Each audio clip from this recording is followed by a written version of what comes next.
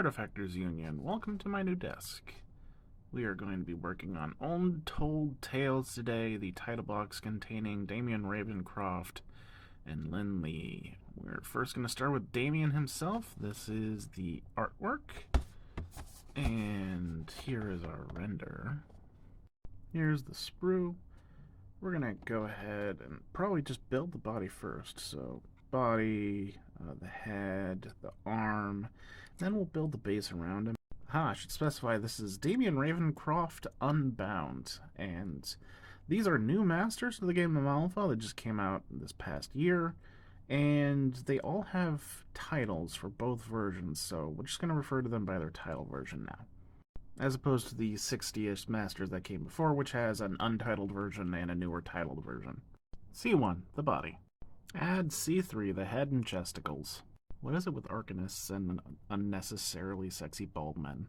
C7 is the left arm. It doesn't go in that easily, but here's the angle you'll want. You'll know it's set correctly when you try to wiggle it around. It doesn't really want to go. There is a tooth in there, so you have that. Next, we're going to grab C4. Go ahead and jam C6, the sword, or this hole right here. The angle will have it pointing out away from the bed. Okay, after some experimenting, I've decided that adding C5 is going to be easier now rather than later. So it's going to go ahead and attach like along here and in this spot right here. There it is from the front. And the back, it took a little bit more pressing down than the normal bits do. Just a warning. While we're back here, might as well add C2, the last of the magical effect. Turn it back around. Damien's feet are going to go right here and right back in there. Add one daddy. Damian Ravencroft Unbound. Yeah, the hardest part was just making sure you get the order right on the base. Other than that, pretty simple. Enjoy your slutty man. Artefactors Union, Untold Tales, title box. We're working on Mia Murakami this time. This is her. Nice lady reading a book. And here's our render. Here's our sprue. We'll put the body together. Head, backpack, arm, book. Combine D5 and D6. D7, the head. Turn it around. Add D2, the backpack. Turn to our left side. D4, the left arm. Flip to the right side. D3, the right arm. View from front. Add D1, the book and right hand. I did this one last so that I can make sure that the book is relatively flat and that the left hand sort of threads between the little magic flame and the book itself. Look at the render to get a great idea of exactly where it's supposed to go. Mia Murakami. Done. Not anything difficult here, really just the book and the right hand. Being a little fiddly just because it's a small connection point, but other than that, fairly easy. Moving on to probably the hardest model in this box. Artefactors Union, Untold Tales, the last model, Lindley, Storyteller. That's our artwork. And here is our render. That's pretty.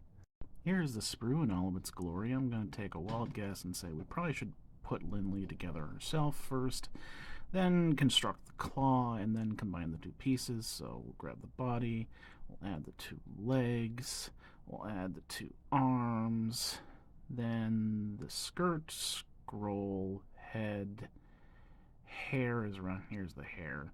And then I'm not entirely sure what all the pieces of the claws go where, but we'll figure it out as we go along. Torso, B14.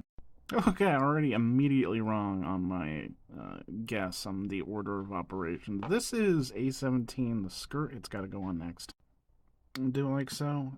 Make sure you put the legs on quickly because you probably need to fiddle with it and make sure they get in there correctly. As in the cement hasn't set here, so you can adjust the skirt. B13, the right leg.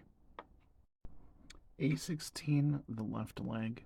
The right one's set more or less where it's supposed to go when you glue it on, but the left one here, you'll need to press down on it just a bit for it to go in fully.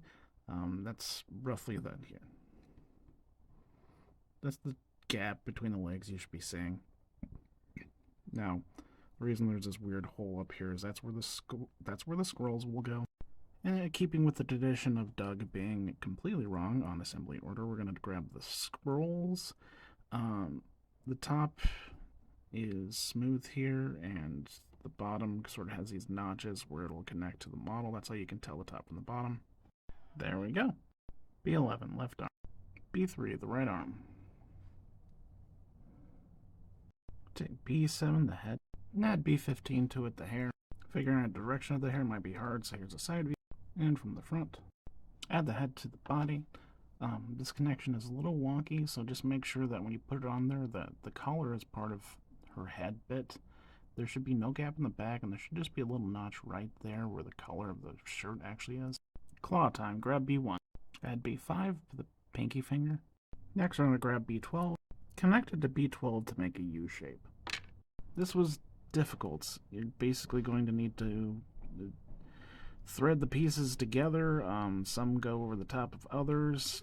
Best thing I can do is show you what it looks like on my end. And here's the back side. Just use a little bit of cement to get the pieces to stick together, fiddle with them until it looks right, and then possibly just add another layer of cement. Looks like we'll need a part 2. Lindley, Storyteller Part 2. So far we have a completed Lynn herself, this paper claw thing, and this weird U shape of paper.